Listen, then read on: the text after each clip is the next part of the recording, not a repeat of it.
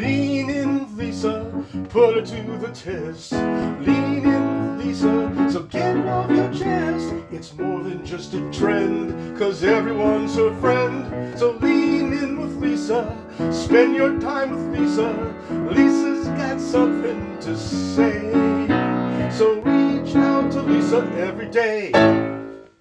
Hey everyone, thanks again for leaning in with me today. I am so excited to have this amazing person on my show. You may all know her as one of the industry's most famous scream queens. She's been in the movie Popcorn, DC Cab, Phantom of the Opera, playing the role of Christine, and The Stepfather, and many more. She's also my friend. She is Jill Schoelen. So reach out to Lisa every day. Hello, Jilly. Hi, Lisa. How are you? How are you? Oh my God. I'm so happy to be here and I love you so much. And I'm I love you thrilled you're too. doing this and you're podcasting. And I don't know if your audience knows, but you are an incredible actress. So it's my honor and privilege to be here. I didn't even pay you to say that, but thank you. It's true. The truth is so easy. Thank you. Well, you actually taught me well. Oh, you're sweet. You taught me well. You know when you taught me well? I'll tell you when. Back in 1989, when I Oh, saw you in the show we did together, and mhm. we did a show together, Pepper Street, the musical, and you played the role of Spirit. Yeah. And it was not only was it I think it's one of the longest running musicals in Los Angeles history, but we had a star-studded audience, didn't we? We often did. Yes, we did. Now, which Let's one are think. you talking about? Well, I'm talking about not the one at the I think it was the one at the Venture Theater, but I'll Yeah. never forget the night that I think Sean Penn came, Mhm. and I know Madonna came to see the show. Mhm. They were Did they married at the time. They were married at the time, Yeah, weren't they? yeah, yeah. But you didn't date Sean. Well, he was married. Okay, I did okay, not date him. all right. Oh, Working but with you did. Wait a minute, but Brad came when were you dating Brad Pitt at the time? Yes, I think I was. Yeah, we were together then. You were Yeah, together. yeah.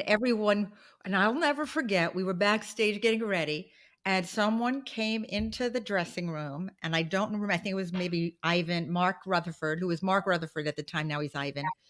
And Yeah. I think he whispered, he opened the door, and we were all in our bra and panties, and he said, "Brad Pitt is in the audience." And I said, "Who needs to get dressed?" That's too funny.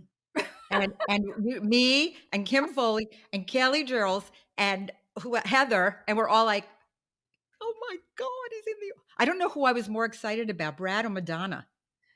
Oh, that's so funny. I remember that night and I was so, I don't know, thrilled. I was working with Sean at the time. He really wanted to get into directing in film. He had never directed anything. So he wrote this show called The Kindness of Women. And it was a three character show. And I was doing that with him at the time, and I'll never forget because I have to tell this. It's totally off, but I love I the want to story. hear. No, I love. You know what, Jill? Fuck my questions. I just love talking to you. We could just banter for 3 hours. Go ahead. Okay, good, good, good. But I just love the story, and I never have the opportunity to talk about it ever. I mean, why would I? But Now you do. it's not film, right? It's not film. People don't think of myself working with Sean, but I worked with him twice. Right, Hurley Um, Burley. I worked with him later in Hurly Burly on stage, but this he wrote and directed. It was called The Kindness of Women, and I'll never forget three characters in the show. And he saw me at Dantana's one night at 12 midnight having dinner. I saw him from across the room because I had been dating earlier somebody else, a friend of his, Emilio. And so, Emilio Estevez. yeah. And so we kind of, passed our paths crossed a couple of times, but we weren't friends. We were friendly when we saw each other. But so anyway, he saw me at Dantana's at like midnight. By 10 o'clock the next morning, I got this phone call from my agents, and they said Sean Penn would like to talk to you about being in something, blah, blah, blah. So anyway, I got cast in this show that he wrote and directed. And at the dress rehearsal, he said, he came backstage and he said, "Is it all right, you guys, if I have two friends watching? I just want to get a little feedback. Would it be all right?" And we're like, "Okay, whatever." And the other two characters are on stage most of the time. I never had a chance to talk to them. And finally, I come out for my role, and sitting there in this theater, two people, front row, John Cassavetes and Peter Bogdanovich. Oh God. Oh my God. Of all people, Yeah. did you like freeze? I mean, did you? No, I don't freeze. I don't think I freeze anyway. But going back to Madonna was a couple weeks later when Sean and Madonna came to the show, and I didn't freeze, I pushed. And I remember Mm, in that first scene where the girl commits suicide and I'm singing, mhm, my emotional state, probably half of it nerves, because like mhm, she's so huge at the time. I remember when I sang, because the girl's upset. I mean, she is committing suicide and it's very serious moment. mhm, mhm, And I blew out my voice. You know how you can be at a baseball game and yell, and I was like, oh my God, you can mhm, barely talk mhm. for a second. Yeah, yeah, of course. 10 songs to sing the rest of the night. No shit. Blew out my voice, and I'll never, that was one of the most disappointing things, because I wanted to be Yeah, but no one knew but you, Jill. No right. one knew but you because you were spot on every performance. Oh, thank you, Lisa. Anything you ever did, Jill, anything you ever did, and it's so funny because you and I, we weren't close friends back then, but because we didn't do all the shows together because they had other actors that had to substitute because it was your role was so physical, so they had to bring someone else in every now and again. But we became closer much, I think, later on, Yes, right? did, yeah. But I remember you very well in the show. Of course I do. And I loved you in that part. And of course, the Oh, girl that played it before you, too. The two of you were like thank spot you. on. But Lisa, some people, some actors, they just have the kind of energy. And I think some it's just with acting, but oftentimes it's a personality, a Yeah, type of person that's like, okay, I'm here, I'm showing up. yeah, If I'm gonna sit at the table, I'm gonna do the full thing. I'm that's gonna it. be here. I'm not gonna. I mean, if you're gonna take a swimming, you don't go in at your ankles. I'm all in, baby. I'm all in. Yeah, no, it's true. It's true. So, but what made you get into acting? Like, what was it that inspired you to be an actress? Because you started young. Well, You were she's young when you started, I was. I think I got my agent when I was 15. I got my agent because of singing. But right? they're just looking for talent when you're young. But an agent saw me sing and play my guitar, which most people don't know I play. But because I rarely play it anymore. But once you know how, can always play. You just Mm, play poorly later. mhm. But anyway, an agent saw me, and probably I was maybe around 16 when I actually started working. Did commercials, singing, Mhm. dancing commercials. The first one I remember so clearly was a Pizza Hut. I put the pan pizza in the pan at Pizza Hut. Wow, you remember it? I do. Isn't that cool? We did it 1,000 times. I basically wanted to jump off a bridge. We I did know, it. I believe it. I So, mean, it was like, how do you already have it? Okay, now you have it again. yeah, Right, now you have it again. yeah, We must have done it hundreds of at least. times. Did you like did you like did you have to eat the pizza? I think I did. That part of it I don't remember too much. It was like in the restaurant, the Pizza Hut and Right. 'Cause the I didn't wait. like Pizza Hut pizza. Pizza Hut pizza tasted very cardboardy to me, like, whenever we would go on a road trip, me and my family, my mom would go, "Oh, there's a Pizza Hut," and we would stop in, and I'm like, "Oh, do I really have to eat this?" But no, if I mean, because it was always so, like, something it tasted like Yes, cardboard. Because 'cause yeah, I'm from Brooklyn, so I got the real deal in you got Brooklyn. the real deal. So The you real got the deal. kind, the dough that after a day you probably have to throw up because it's fresh, but it is Fresh. possible, sorry, Pizza Hut, but it is possible that, they use preservatives in there. So Oh, they're, without a doubt. so it's going to be a little, I Cardboardy. mean, cardboard. Yeah, Perfect. exactly, exactly. Um, but the weird thing is that, you know, you just recently got back into the business, and I'm wondering why, because I mean, there aren't a lot of roles right now for women our oh, welcome to the club, by the way. The club. What's the club? Oh, is it the The club I club. think you're talking about? Is that have something to do with a number? Yes. Okay. Unspoken thing. So here you are now, still beautiful, and you are now in the same club as I'm in, and here Mhm, we are, mhm. women who wanna, because listen, I it's so hard to go out for some of these my agent sent me out on a roll, 55 to 65, and I'm sitting there waiting to go in with women that look like Judi Dench, Oh, very interesting. and That's I'm sitting there going, "Wait a minute, do I belong here?" Because all these women, like, a lot of them had short hair, gray hair, so now I'm mhm. thinking, "Maybe I should dye my hair gray and cut it," because the casting director said to me, "What are you doing here?" Which was kind of a compliment, but I said, "I'm here for the audition." And he said, "Well, sorry, but I don't think you're right for the role." But Very I interesting. can't but I But can't that go up against 40-year-olds. I'm not going out with 45-year-olds. well, let So me ask you this. I'm yeah, very curious about go this. ahead. Were the people involved men or women? The people you mean the casting director? It was a Casting man. It was a director? man. A Okay. man.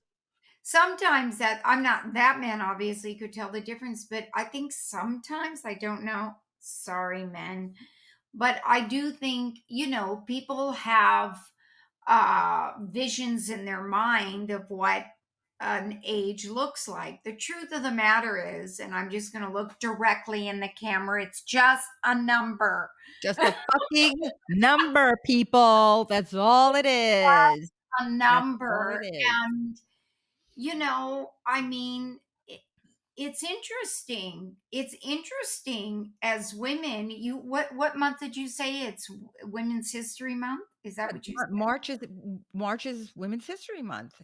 Okay, fantastic. I love it. And it's so funny because I think in my younger days, I didn't think much about that, which is strange because I had a mother so ahead of her time. You do. I know your She mother.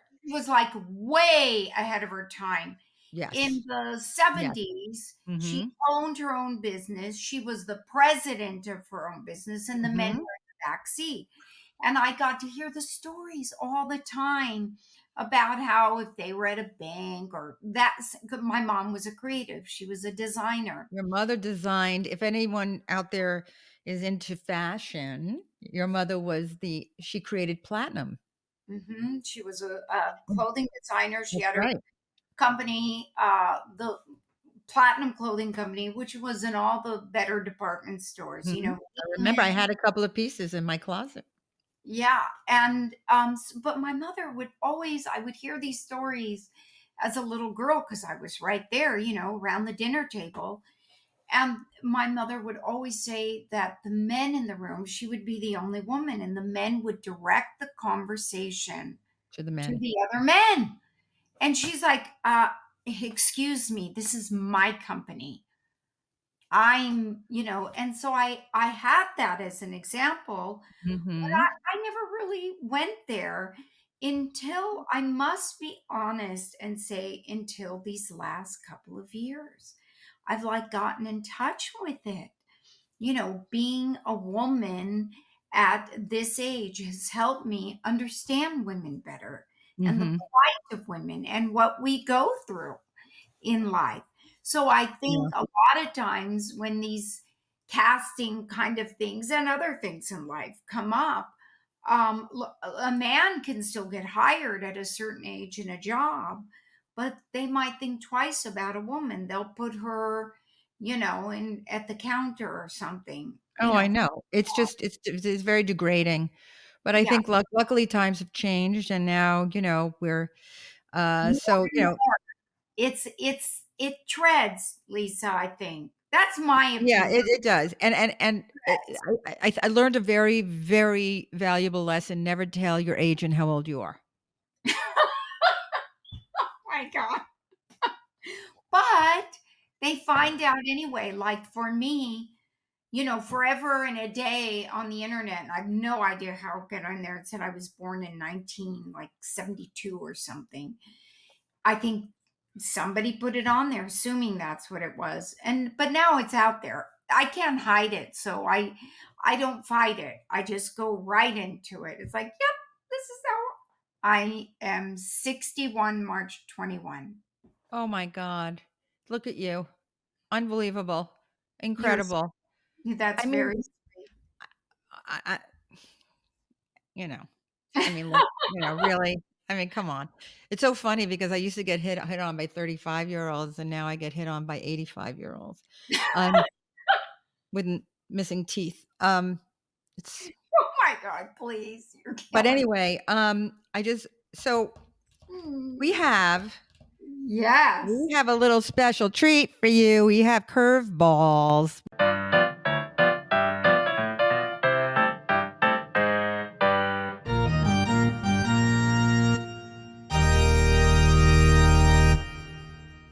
There he is. Hey. Hey, Ad. Okay. Yeah, this is Adam, this is Jill. Jill, this is yes, Adam. Hi, super excited. Adam.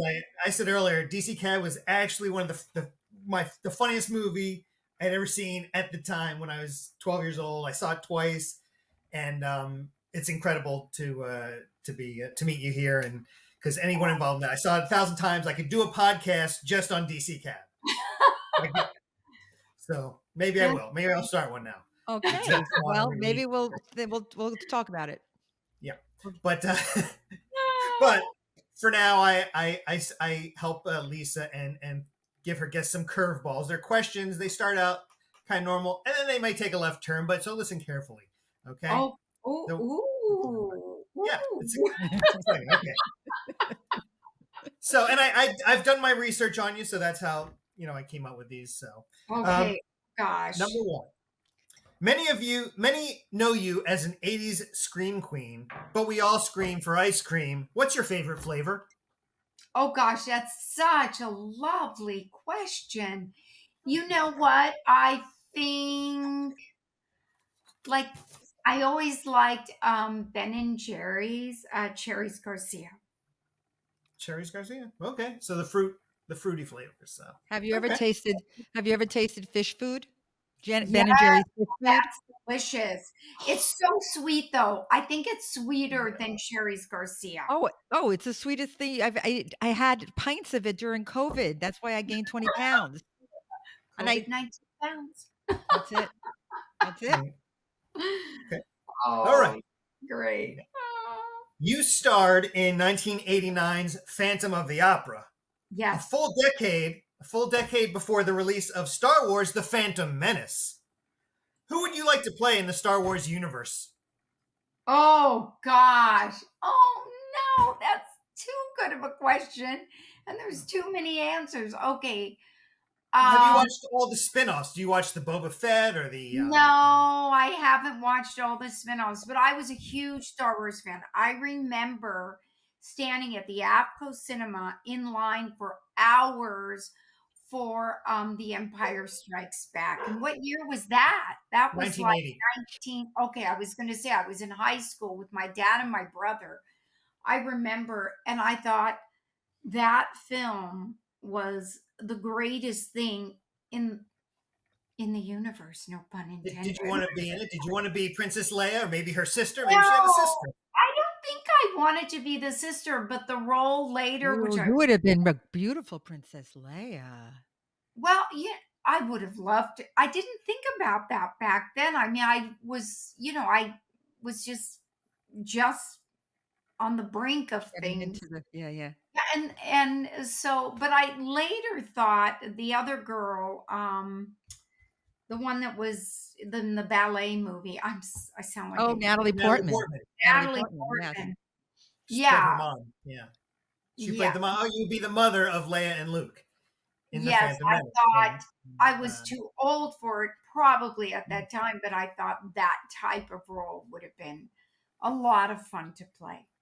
oh, You okay. know, but I will say this: the older I get, and like I hardly do any conventions, but the few I have, and hearing so much from the fans in those movies, they really like the bad guys. Hmm. They Yeah. Oh, really, yeah. I think it would be fun to play Yeah, a bad guy, to do that kind absolutely. of role. And also you can take it out, right? It's like all bets are off, in the Yeah. acting. You can just, Yeah, they tear say it people are. apart, rip it down. All So right. did I answer Yeah, that? you would. Yeah, you would like to be the mother of Luke and Leia. That's Yes. fine. Oh, That's okay. I'm going to redo that answer. I Oh, okay. totally erase. I Okay. would have liked to have been Luke Skywalker. You want to be Luke? Okay. Well, really, Oh, they redid those in the latest ones with Ray. Ray was the new Ray. Luke Skywalker. Yes. Ray. That Daisy, Yeah. Daisy, whatever, I forgot her Daisy name. Yeah, Ridley. Ray. Daisy Because Rid Daisy Ridley, yeah. as a 61-year-old and talking about how everything has changed with women in film and women in the world and, the consciousness about that, which is terrific, top notch. I always felt like I was ahead of my time when I was making movies because I did my own stunts. Only rarely would they step in and say, I'm sorry, you can't do this. It's too risky. But I liked Mm. doing my own stunts. I was very athletic. I danced. So I was very capable. So when you see all this stuff now with the women and all the action stuff, that would have been my heyday. I would have Wow. loved All all right, that. people. Okay, all you casting directors out there, Jill is ready to do her own stunts. Geriatrically. You and me both. Okay.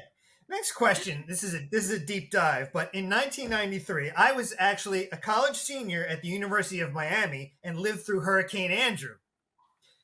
Meanwhile, you played Ruth Henderson in a TV movie, Triumph Over Disaster: The Hurricane Andrew Story. Who is your favorite Andrew? Garfield, McCarthy, or Dice Clay? Did did you date any of them, Jill? No, I didn't. But could you put another one in there? You can fill in the blank of who is your favorite Andrew. Sure. Do Julie you know another Andrews. Andrew? Maybe Julie Andrews. No, I can't think. Oh, Andy okay. Garcia. How about an And Andy? oh, Andrew yeah. Garcia. Garcia. That's my wife's favorite, Andy. Actually. Oh, he's wonderful. Oh. Yeah. Oh, Did you he's the you had work? sweetest. Did you work Oh, with I him? love him. Do you know No, him? I got close. I mean, I think I was one of the few people that they brought in for Godfather 3 Ooh, to okay. play, but Sofia Coppola did it, right? Right. Didn't she do it? Yeah, she had the Yeah. inside track on that, I guess. I think she So, did. She might have. Don't worry. It was probably my least favorite of all the Godfather movies. oh, okay. Number 4, you were in the beloved adventure fantasy Babes in Toyland with Drew Barrymore and Keanu something or other. I don't know. What was your favorite toy growing up? My favorite toy. Oh no. You know what? I did not play with dolls and I really didn't play with toys. I was very tomboyish and I would like to go outside. I did two things in the play world. I like to play sports, and when I wasn't playing sports, I liked to sing, you know? So Yeah, that was my toy. That was my toy, my what voice. sports? What sports did you play? Well, at the time, I did whatever my brothers were doing because I had three brothers. So football, baseball, basketball. Yeah, I mean, I were you played on any of the volleyball. teams? Were you on the teams in school Well, they or? didn't have girls' sports back then, and I Really? tried. I was like Mhm. one of those Okay. girls where it was like, I Tennis. That should was be it. able to be on the team. I'm fast. I was faster than all the boys.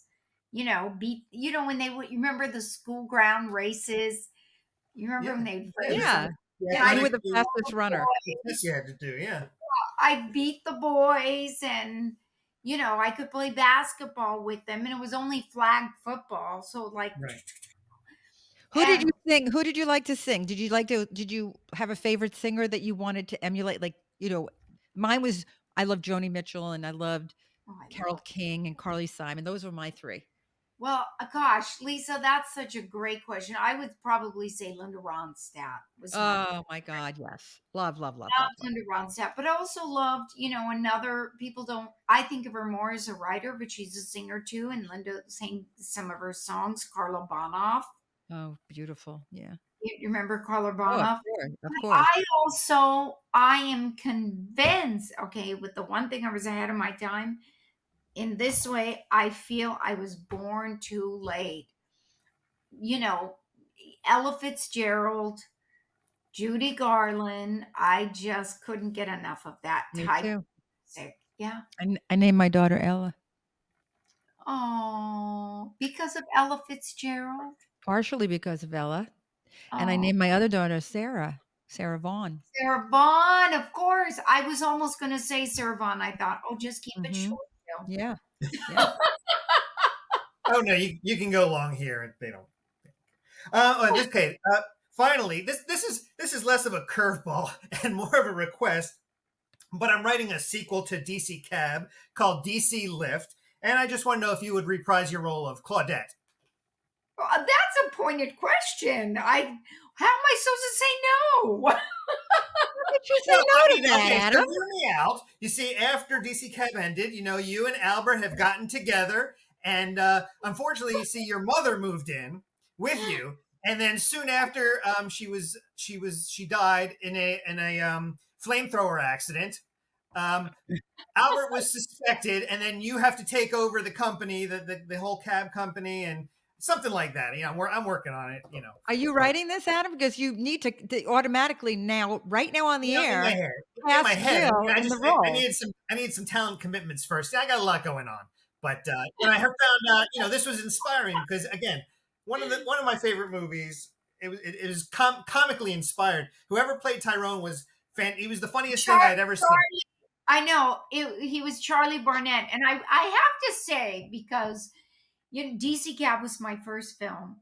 I was 18 or 19 when I got the film, and we had shot on the Universal backlot, and then we were going on location to DC. And I remember I was out shopping. There's no cell phones back then. I had gone out spending the day shopping, and I come home. I lived at home, and my mother said, "They're trying to find you. Those people, everyone's looking for you, Joe. You've been gone all day." I'm like, enjoying the day. They need you. They're a day early. They need you on the red eye tonight. And so I'll never forget. I arrived on location. They took me straight to the set. It was like, an over 24-hour day I ended up having. But in close contact with all these actors, most of them were comedians. Charlie Barnett, who's no longer on the planet, to my understanding. He played Tyrone, and he was so funny. But Joel Schumacher, he hired all these comedians, and he sat back. He was just like, "I'm going to get the movie I want if I let them." And that was my first experience on set. I thought, this is what movie making is. And as it turns out, it wasn't what movie making is. But I mean, these guys were wild.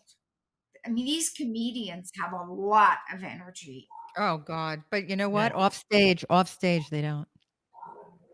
Very different.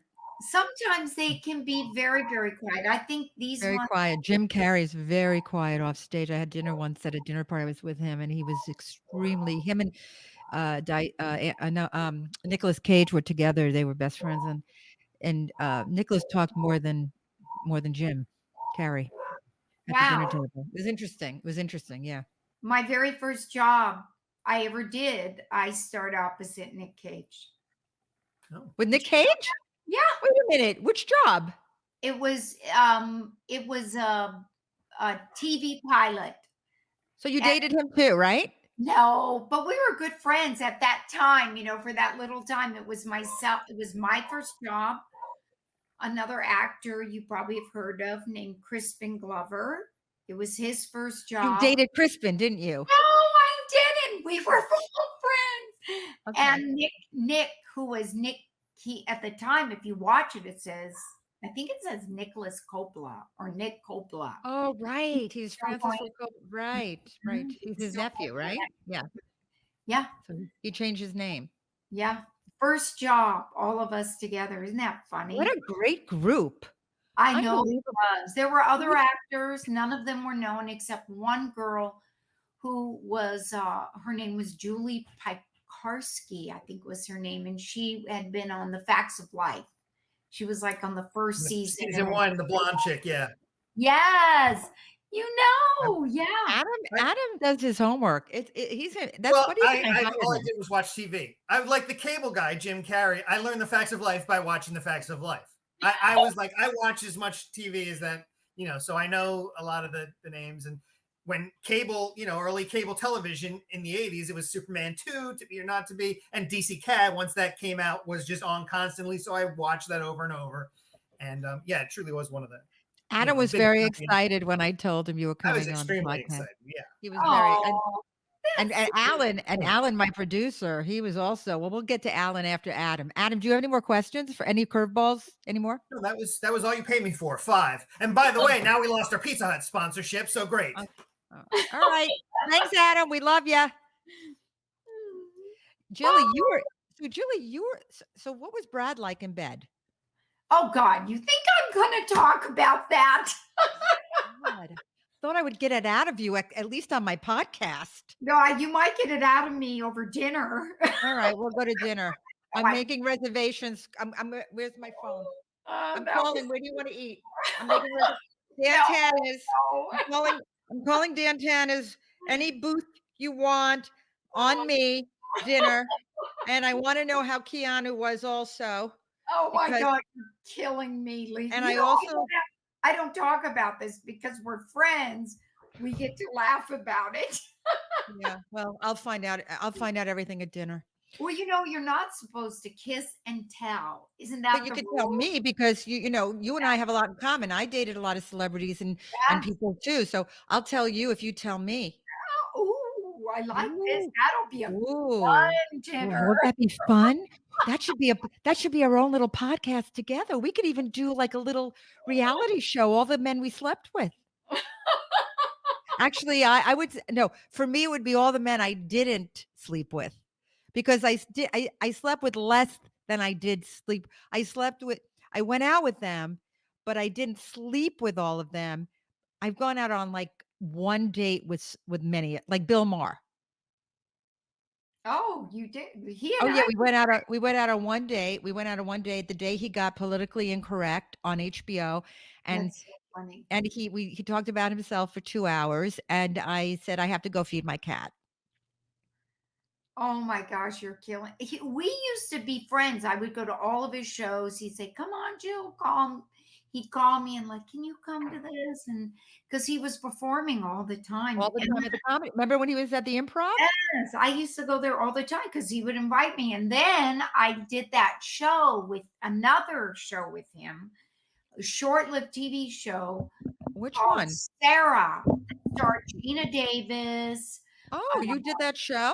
Yeah, I did one, the main guest star role where I played Gina Davis's little cousin who comes to visit. Oh, Yeah, I didn't know that.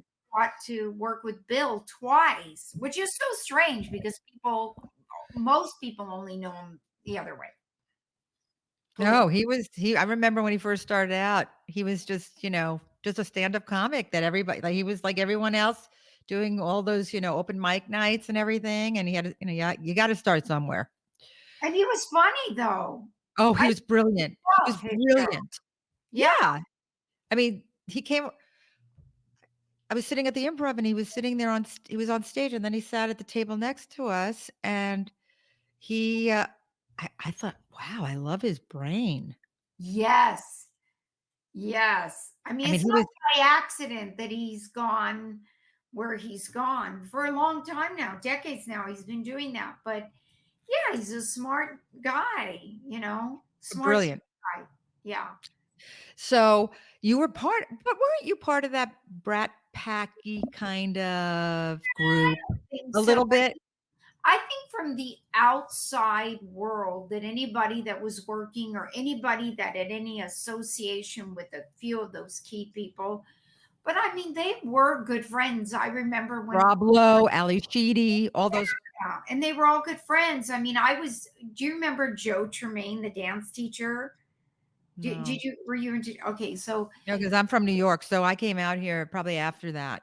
do you remember the actor? She's a friend of mine, Kari Michelson. She was on Give Me a Break. Oh yeah. I know who she is. Yeah. Yeah. I don't know her personally, but I know who she is. Yeah, so Kari and myself and Melissa Gilbert, we were all in dance class together at Joe Tremaine's studio in Oh. Studio City, and I worked with Melissa on Little House, and anyway, she was dating. Then when I went out with Emilio for 2.5 seconds, in between his breakups with his girlfriend at the time, she was dating Rob, and they really were much more. I mean, all those boys grew up in Malibu together. Mhm. And then at the time, I don't know what their friendship is like now, but Tom Cruise and Emilio, they were Besties. besties, best friends, because he was around and quite a bit. And You need to write a book about you. You really have to write a book, Jill. well, I am writing a book. It's almost done. I've been talking about it for years, but I'm so slow getting it done. But it's not a tell-all. It's Oh, you not. need to write a tell-all. You have to write a tell-all. It'll be #1 on the bestseller list. I mean, things Oh, maybe things I'll write a come tell-all. out in the book. Okay. Things come out in the book. I mean, I talk Mhm. about things. That's what I mean. But Okay, but I want to ask you something. Yeah. I want you wait, Alan. This is very special because it's not every day we get Jill Schoelen on the show. So everyone smile. Cheese. Great. Okay, now go for it. Go for it, Alan. Okay. All right, we got just a few quick ones here. This first one's from Jan in West Hills, who said, "You've experienced both, so which is scarier, a killer on the loose in a high school or in a movie theater?" Oh wait, I've experienced. Oh, in the movies. Oh, Okay, so, a killer in the high school or a killer in the movie theater? I'm going to say the killer in the movie theater, closer proximity to die. Yeah, the schools. If you're at a big school, you have more room to hide. I guess you're right. Yeah. We have one here this is from Greg in Glendale. Asked, which is better, DC Cab the movie or DC Cab the soundtrack, which is also fantastic. Oh, that's a great soundtrack. Oh, that is a good question. I think long standing, probably if you had to judge them, the soundtrack has more merit for lasting a long time. They're both great. They both lasted with me. Yep, I love them both. Yeah. Yeah, I know that. I could see Adam in the backstage here. He's shaking his head no. He's very upset. I like DC Cab. That's great. I got to see it in the theater, actually. I'm young. I was not alive when it came out, but I saw it at the New Beverly Theater a while back. It was amazing. Oh, that's great. That's very cool. On the big screen, huh? Tarantino, showing it there. Last one we have here in the emails, Dale in Culver City, asking about the movie Popcorn, said, "You famously joined the cast late in the game on Popcorn. Considering the crazy story of the film, shooting it in Jamaica, and things coming together for you so quickly, was it the most stressful or bizarre thing you've ever done? Neither. No? I'm so sorry. Who asked the question? What is their name? Dale in Culver City. Dale. I wish I could give you like a fancy smanchy answer about that, but it was neither for me because I came in last minute onto the film, and the cast, they didn't know what the rest of the cast. I was brought in, and I was very a little separate from everybody, a little bit, and I just came in, did my work, went back to my hotel room. I have a friend on the film, and he wasn't my friend at the time, but years later we became friends. And I always get shy and embarrassed when he says, Jill had nothing to do with us. But I came in so last minute, so I heard about the chaos later, but in the moment, I think people were just stunned. I mean, most movies don't change the leading actor and the director after they've shot half of the film. Unusual, but I wasn't part of the unusualness because I was only the part of the fixing of it. Jilly, Yeah. I just want to tell you how unbelievably grateful I am to have you with me. This is so Oh, special, and I want to thank you so much for being with us and having fun and being you and just shooting the shit with me, and I love you. I love you. I love you. And we have a reservation at Dan Tanner's for next Friday night. So I could hear about Brad and Keanu. I gotta know. I have to laugh because I'm so shy. I'll get it out of you. Don't worry. Have a little chicken parmesan, two glasses of wine, and who knows who will run into. Oh, by the way, congratulations on your engagement. Thank you. So dating all these actors led you to, isn't it interesting? You and I had we dated some of these, famous people, and now we have these normal, nice, menschy men. I know. I love it. I was just talking about this last night because I realized, and I hope it's okay just to shoot the shit, telling the truth. Of course. Nothing against anybody, anybody I've ever dated. But when somebody isn't, when you say but, it just discounts everything you just said because the truth is what you say after the but. So here's the Right. truth. When you date certain people and people are part of your life, a lot of times it's about them. I think especially as a woman, we sometimes are inclined, maybe genetically, biologically, I don't know, to kind of take a back seat. And what I love Definitely.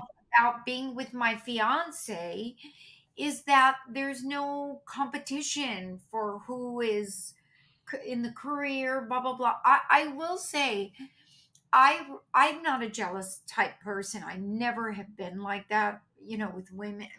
That's just not Mhm. been my thing. Mhm. But I have felt that emotion. And when I felt it is watching both of these men. First, I saw it with Keanu, then I saw it with Brad. And they had movies lined up, their careers were going to be taken care of Right. because of who they were with. It was like, I'm very sorry to say this, but it's not like a lot of actors who earn, Mhm. on the early side of their careers. Obviously Mhm. they've earned their Mhm. careers now. They have earned their careers now. But Yes. back then, it was like Starting who out. promote, who's young and adorable, who blah blah blah, and Mhm. both those boys, just coincidentally at that time, coincidentally for me, that I dated, had relationships with both of them.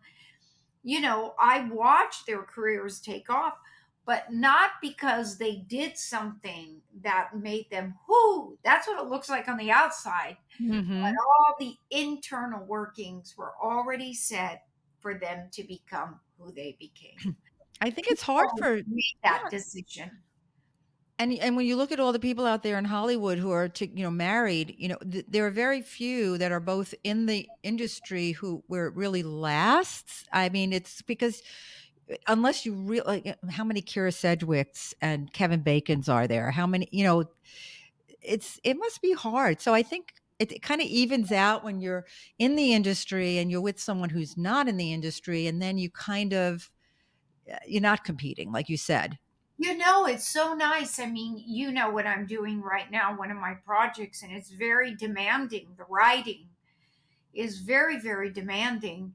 And he gives me the room that I need, Are to do you? what I need to do. Oh no, I know because I'm. Is this the project that I Yes, yes. worked on with you a little bit? Uh-huh. That you came Okay. to. Yep, yep, yep. Yes, And yes, yes. yep, And I yep, yep. met him, and he's very lovely, and I met him, and he was very sweet, and, unlike a lot of the people you've dated in the past, because I know a few of them, and this this man there's something different in a really positive way.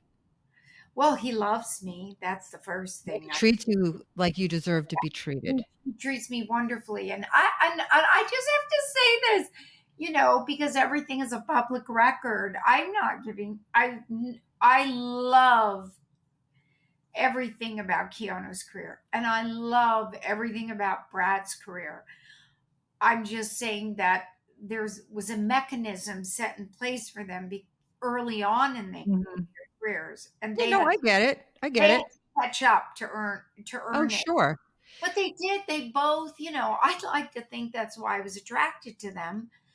They both did have that thing, It You thing. They had remember, that it yes.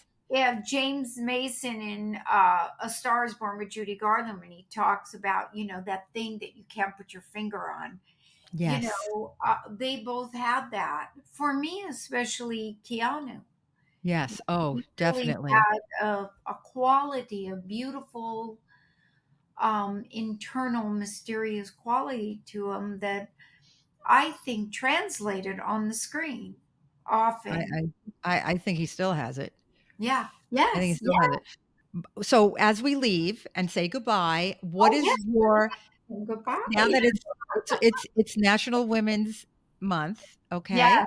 This is Women's History Month. Mm-hmm. As we say goodbye, what advice would you give to young women out there? The advice that I would like to give to young women is you are beautiful. You are gorgeous as you are. You're beautiful. And you don't need to change or wear a type of sexy clothes. This is probably coming out all wrong to in any way compromise yourself because there's nothing more that you need to do other than be you. Because the men and people out there that if they're going to judge you on a certain level, you really don't want them anyway. Trust me, you don't want them. Stay true to yourself. Be the empowered person that you are and listen to your intuition. It is almost never wrong. In fact, I would like to say it's always right. Intuition, not fear, but intuition.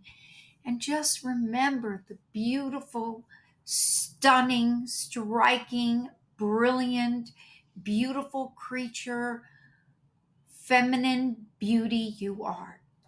That's beautiful. And I want to also mention that, I want to thank Gene and Tony Bua for bringing us together when we Yeah. did the show Pepper Street back in the late 80s, because if it weren't for them, you and I never would have met. So, um, and one of the other things I just wanted to mention is, you and I had a very dear friend who we lost, Richard Hatch, Yes. the actor Richard Hatch, who said, I remember I used to go with him to lunch at Aroma Cafe, and he would say to me, don't wait for people to come to you. You have to create your own projects, do your own stuff so you can show the world your talent.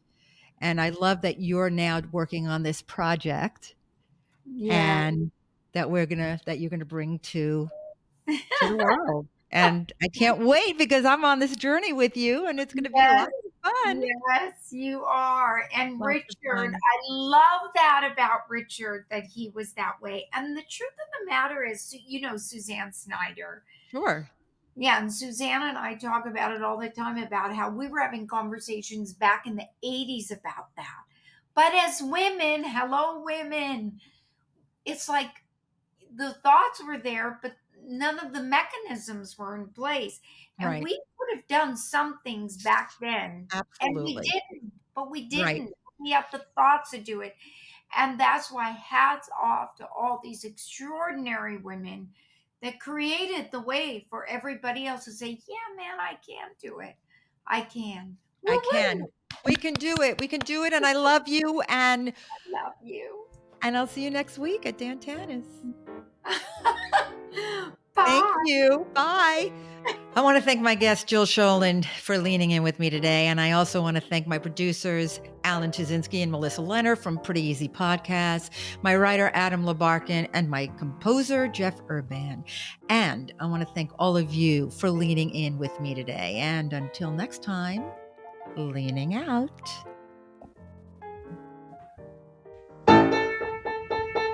Lean in, Lisa, put her to the test. Lean in, Lisa, so get it off your chest. It's more than just a trend, cause everyone's her friend. So lean in with Lisa, spend your time with Lisa.